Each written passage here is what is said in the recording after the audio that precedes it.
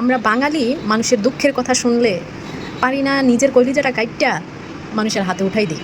তো কথাগুলো কেন বলতেছি, একটা কারণ আছে।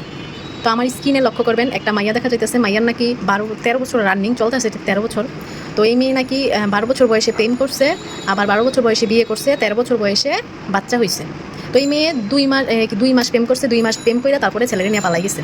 মেয়েটা একবার দুইবার ভাগে নাই ভাই, মেয়েটা 4 বার এই ছেলের সাথে ভাগছে।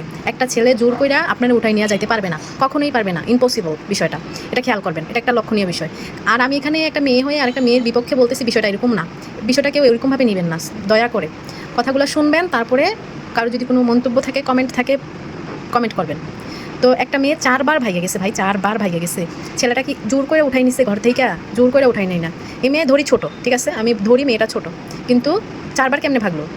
ও 12 বছর বয়সে কেমনে ফেসবুক চিনলো? ও 12 বছর বয়সে কেমনে টিকটক চিনলো? ও 12 বছর বয়সে কেমনে রিলেশন করা শিখলো? এগুলো আপনারা একটু ওর কাছে বা ওর গার্জেনের কাছে জিজ্ঞাসা করবেন না? জিজ্ঞাসা করবেন। আমি বেসিক্যালি আমার এই মেসেজটার দ্বারা যারা সাংবাদিক ভাইয়েরা আছেন, ওর পরিবারকে এই কথাগুলো জিজ্ঞেস করবেন। একটা মেয়ে বুঝে না অনেক কিছু বুঝে। ওর মধ্যে, ওর বয়স 13 বছর হলে কী হইব? ওর মধ্যে আমি দেখতেছি 25+ আইকিউ আছে ওর মাথার মধ্যে। ওর যে ব্রেন, ওর মাথার মধ্যে, ওর মেজাজের মধ্যে যা কিছু চলতেছে, 25+ একটা মহিলার মধ্যে এইগুলা চলে, বুঝছেন?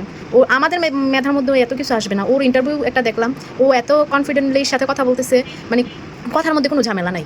তো ওর হাজব্যান্ড, যে ওর যেই ও যারে বলতেছে যে ওর দ্বারা অনেক নির্যাতনের শিকার হয়েছে, যে হাজব্যান্ড, ওই হাজব্যান্ডও অনেকটা একটা ইন্টারভিউ দিছে। আমি এই ইন্টারভিউটাও এখানে অ্যাড করবো, আপনারা একটু ভিডিওটা লক্ষ্য করেন। তো আপনারাই বলেন যে এই মেয়ের দোষ আছে কি না। আপনারা যে এত আবেগে আপ্লুত হয়ে যাচ্তেছেন মেয়েটার জন্য, মেয়ের এই ভিডিওটা দেখার পর আমার মনে হয় দয়া করে এই ভিডিওটা সবাই দেখবেন, এবং এই ভিডিওটা শেয়ার করবেন, সর্বোচ্চ শেয়ার করবেন। তার কারণ হচ্ছে, আপনারা যদি এই ভিডিওগুলো শেয়ার না করেন, আমাদের সমাজে এইসব মেয়েরা বেশি চান্স পাইব। একটা মেয়ের দ্বারা সমাজ ধ্বংস হয়ে যাইব। এইসব মেয়ের দ্বারা আমাদের সমাজ ধ্বংস হয়ে যাইব। মেয়ের 12 বছর হয় নাই, মেয়ে প্রেম বুঝে, টিকটক বুঝে, ফেসবুক বুঝে, আবার রিকোয়েস্ট পাঠাইয়া প্রেম করতে পারছে মেয়ে। এখন এইগুলা কেন বলবে? আমার মাথায় আসে না। আমি মেয়েকে সাপোর্ট করবো না।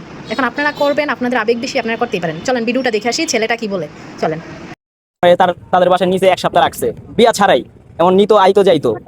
একসাথে বিয়া ছাড়া ছিলাম তাদের বাড়িতে। তারপর আমি চিন্তা করলাম যে জীবনটা নষ্ট করে লাভ নাই, তখন আমি নিয়ে যাই বিয়া করছি। তারপর থেকে এই ঝামেলা, ঝামেলা। ওর বাবা চায় আমাকে গরজামায় রাখতে, বলছে যে তোমার গরজামায় থাকতে। আমি বলছি পারবো না। একসাথে বিয়া ছাড়া ছিলাম তাদের বাড়িতে। শুরু থেকে একমত ছিল, কইছে ও এসএসসি পরীক্ষা দিলে তখন আমার কাছে দিব।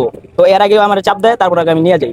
তারপরে ঈদের সময়, রোজা ঈদের সময় আমার আম্মু সবাই দেশে গেছে, তো আমি ঢাকা ছিলাম বিয়ার আগে। তো আমার এই ছেলের বক্তব্য শুনে, এই ছেলের কথাগুলো শুনে আপনাদের কি মনে হচ্ছে?